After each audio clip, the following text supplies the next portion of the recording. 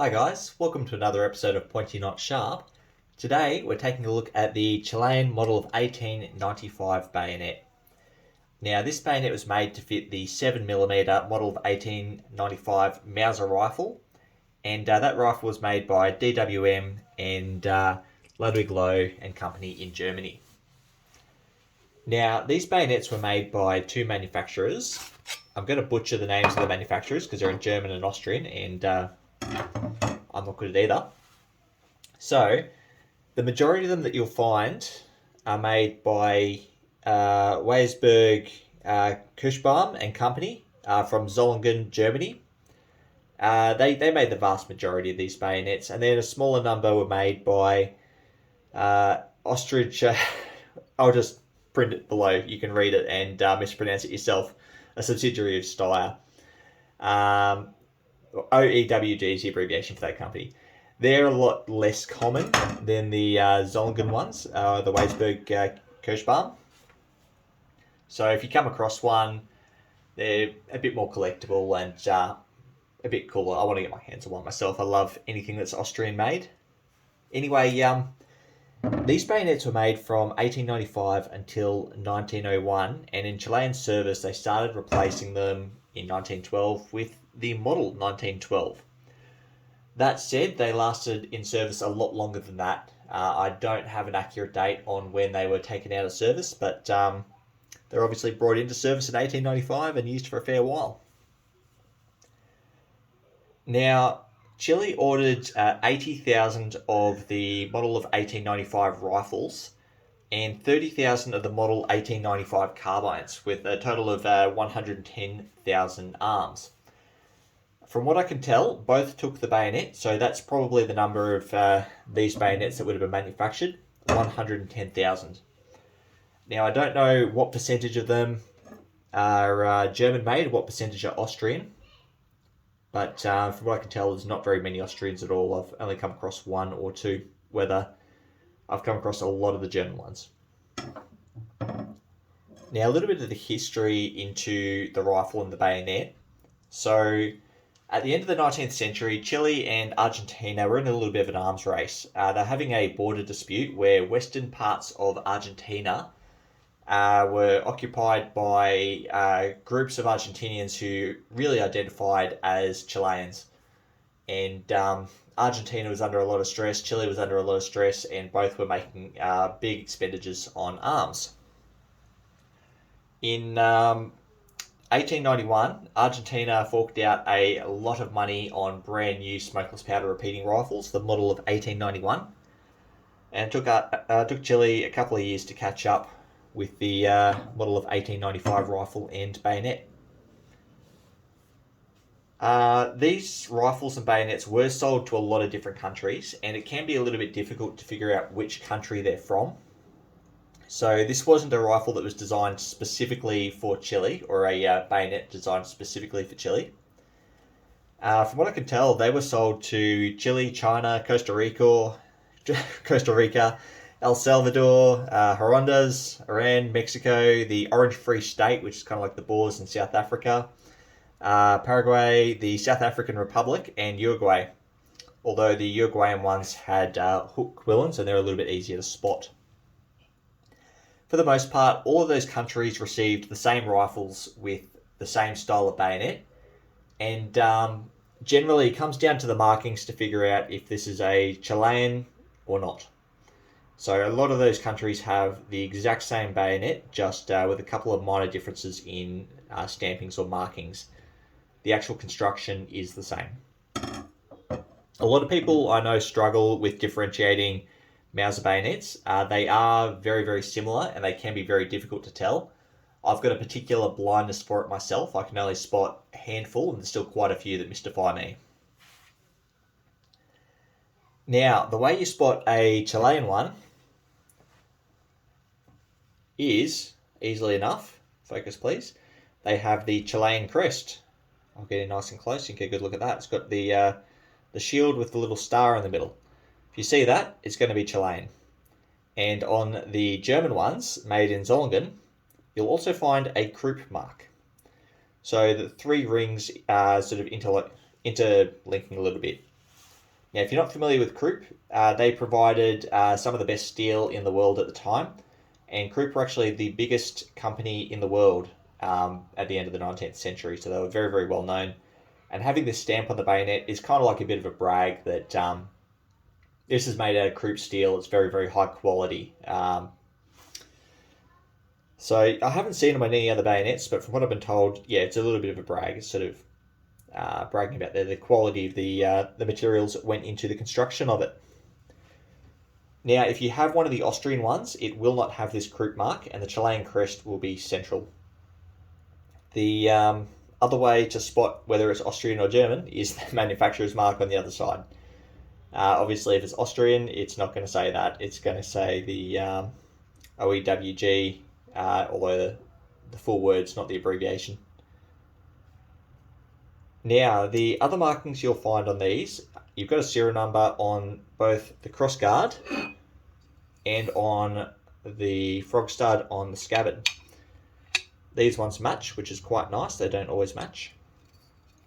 And if you're not familiar with how Mauser number their rifles and bayonets, you'll notice it starts with a letter and then goes into a number.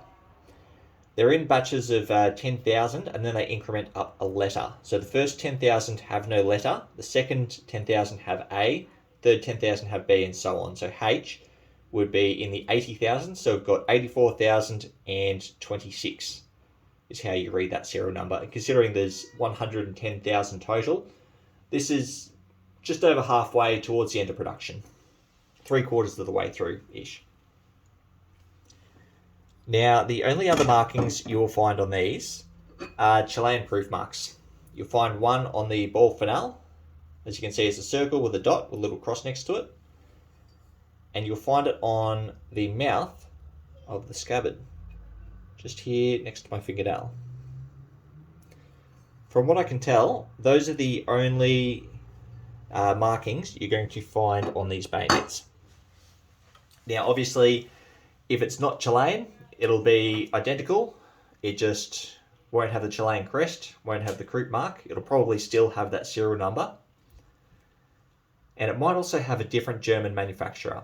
I don't know that this company here made exclusively for Chile, but I imagine that they probably did a huge amount of the contract for the other countries as well. But there could be other companies that also made them. I don't know. If you come across any, let me know. I'd love to hear. And obviously you'll have different proof marks on the scabbard. I don't have an example of the frog that this bayonet would have taken, but from what I can tell, it's kind of a standard Mauser type frog. Now, having a look at the actual construction of the bayonet itself, it has a 10-inch blade, a little bit of a false edge, which is not sharpened, and a nice long true edge. And it's actually a little sharper than most of the bayonets you come across. I wouldn't go as far as to call it sharpened, but it's certainly got a bit more of an edge on it than a lot of the others. Now, it's very common to find these in immaculate condition because they were just packed away in Cosmoline and very well looked after. If you've seen my previous video on how to clean Cosmoline off of bayonets, you'll recognise this one from that. And that's pretty typical of a lot of the Chilean bayonets you'll find. They were just absolutely packed in Cosmoline and chucked away. And as a result, quite a few of them are in pretty reasonable condition. And as you can see, we've got a fuller running down both sides. Nice thick spine, no markings on that. The way I usually spot these pretty quick is the large distance between the muzzle ring and the handle. You've got a nice big difference there in the crossguard. Nice long protrusion. And then the other side, it's cut off nice and short. Now, looking at the grips, just wooden grips riveted on, nothing too special. We have no markings along the tang that I've been able to discern. Let's have another closer look now. What's that? Is that a marking? Possibly a marking just here as a result of the manufacturing process, but I can't make out what that is exactly. Almost looks like an M with a line through it, but yeah, nothing on the reverse side of the tang. Nothing on the pommel. nothing on the base. And it's just a very standard push button, nice T-slot, Mortise. And the push button itself comes off quite easily. So it just unscrews.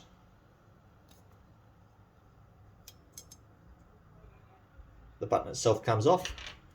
Then underneath we have spring. And that comes out the other side. And we've got a marking on that. What's that say?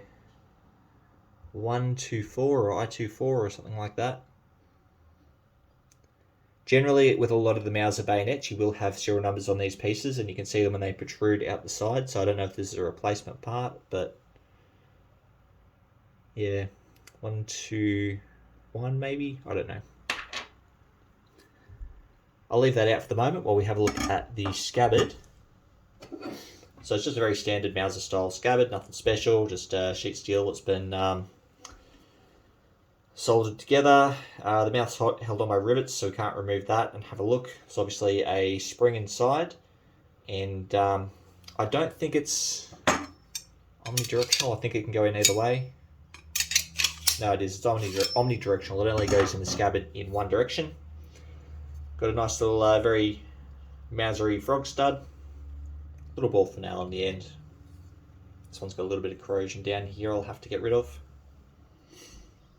And up here. As I said, I'm not familiar with what kind of frog these would take. I've tried to have a look at a couple photos and I didn't have much luck finding close-ups of the frogs.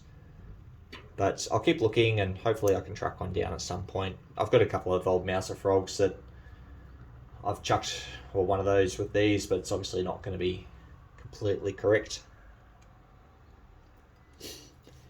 Now, interestingly enough about this bayonet, a small number were used by the British Royal Navy during World War I. So, at the outbreak of the war, Chile had two battle cruisers in port in the UK, and they were both immediately seized by the UK government. And they had a complement of a couple hundred rifles apiece, each outfitted with bayonets.